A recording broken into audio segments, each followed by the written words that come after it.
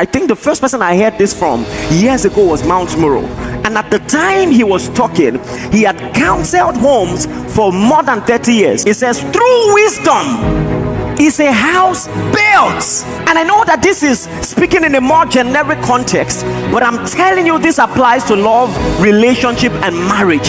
Through wisdom is a house built.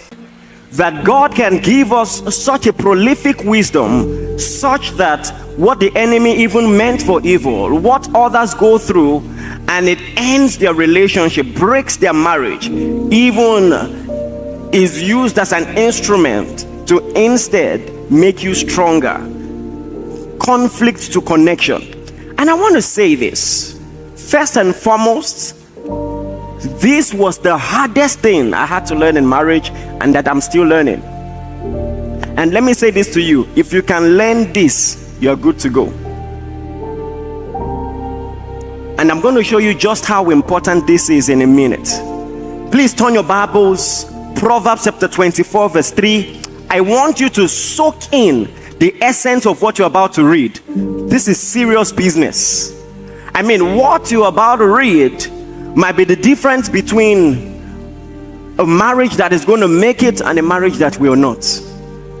Everybody with as much conviction as you can muster, Proverbs chapter 24 verse 3, 1, 2, go.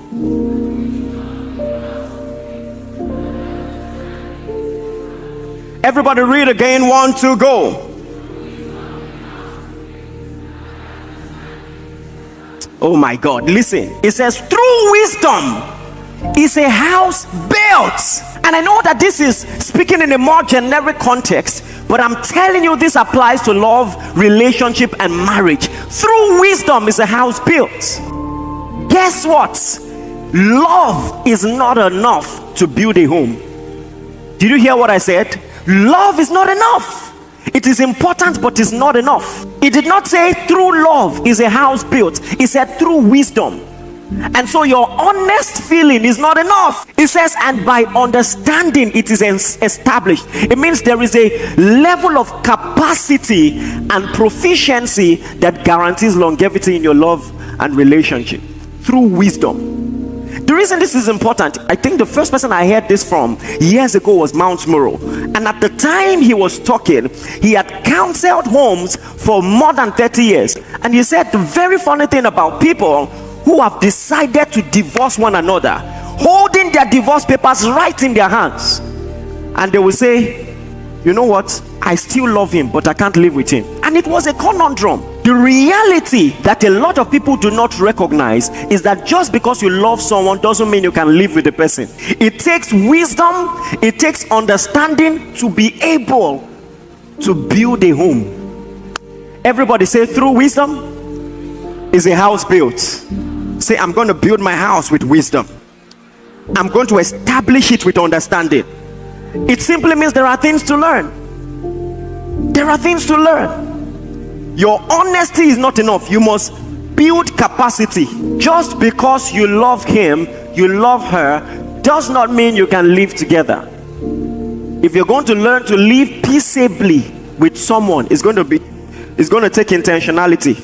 Another very important thing I want to say, and it's important I preface every other thing I say with this, is that the goal for this teaching is not to put in you an image of perfection, an expectation of perfection. That's another mistake people make. You know, I told you something very profound last week if you were listening. A man named John Gotham of Gotham Institute, he took several decades to study several marriages, about 4,000 of them, and he came up with such a dependable scientific and psychological research that empowered him to be able to look at a marriage in few minutes and tell with 90% accuracy if they are going to make it or not. It took him just few minutes. And having gone through about 4,000 marriages with 90% accuracy, at least you can tell he knows what he's saying. But we're going to talk about that later. I said that to say this. He discovered that the difference between happy homes and homes that were not happy marriages that will stand the test of times and marriages that will not stand the test of time was not conflicts. He discovered that happy homes fought also,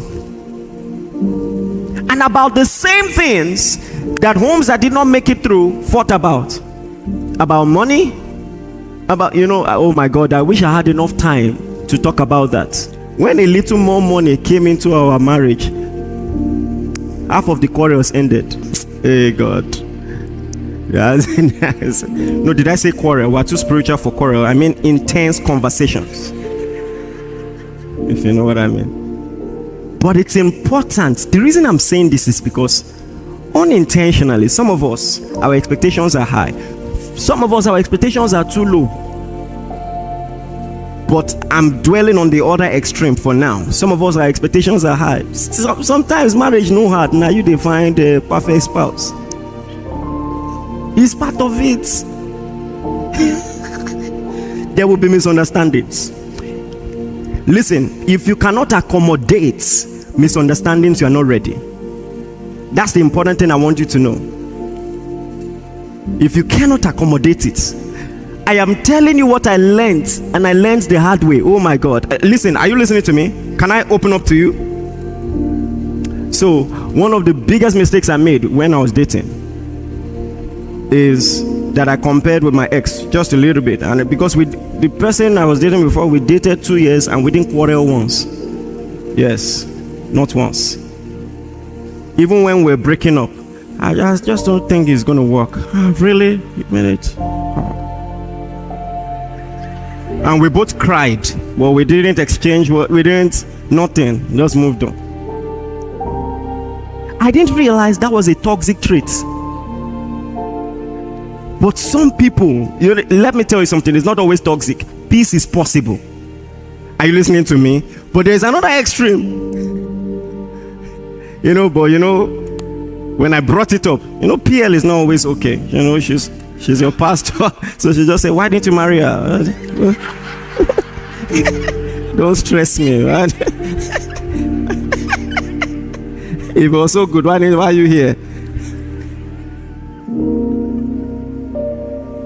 There's something I'm going to show you if I have the time.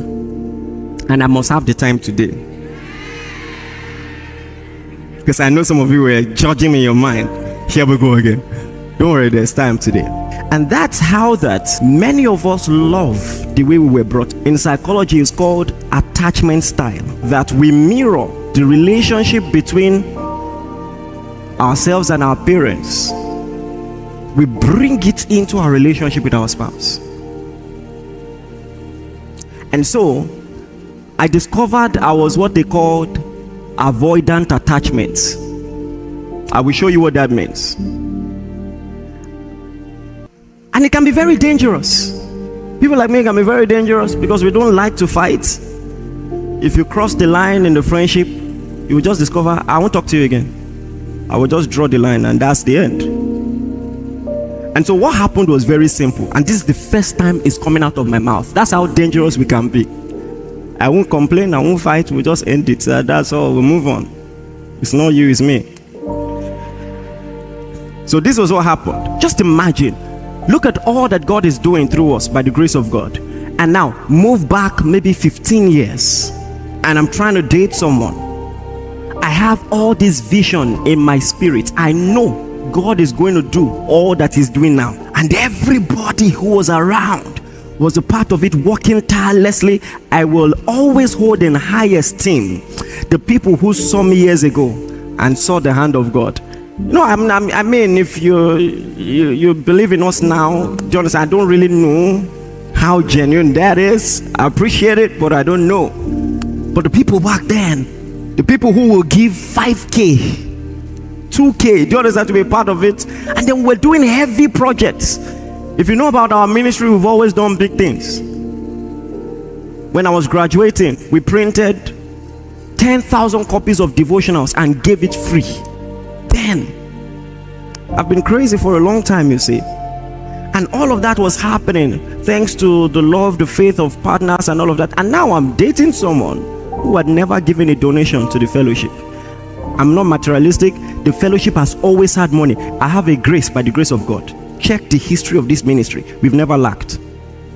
I just told you, as an undergraduate, we printed 10,000 copies and gave it out free. So we always had money. But I just quietly wondered, like, what is going on? But I had not learned to talk things through. I didn't bring it up. I just kept wondering. And so one day, I wanted to bring it up stylishly. I didn't know how to. So I just said, you know what? We have a project we want to do for the church. Can you loan me 15,000? We didn't need 15,000.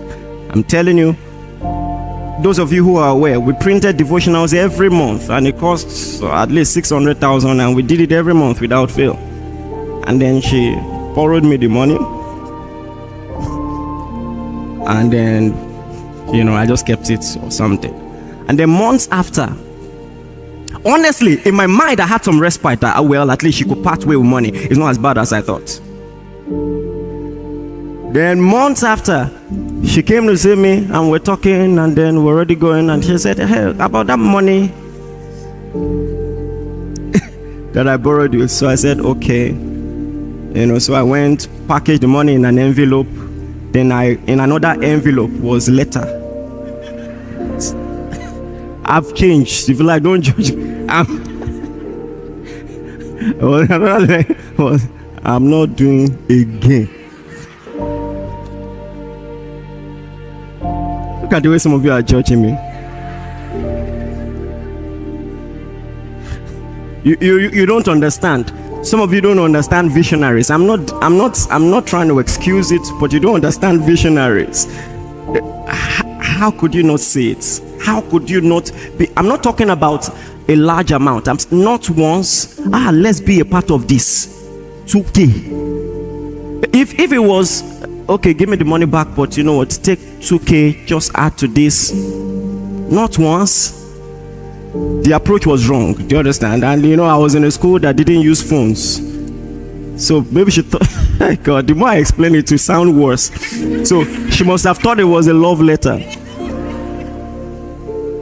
On the way in the bus, just opened it. She tried to call me, we don't have phone. So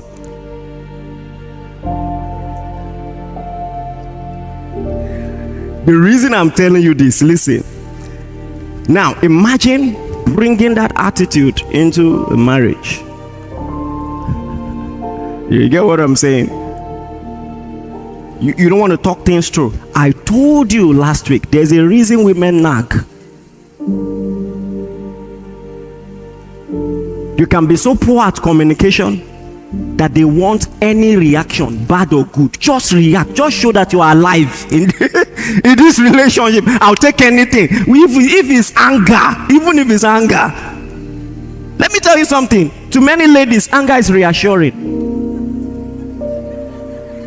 It means you care. Some of you know what I'm saying.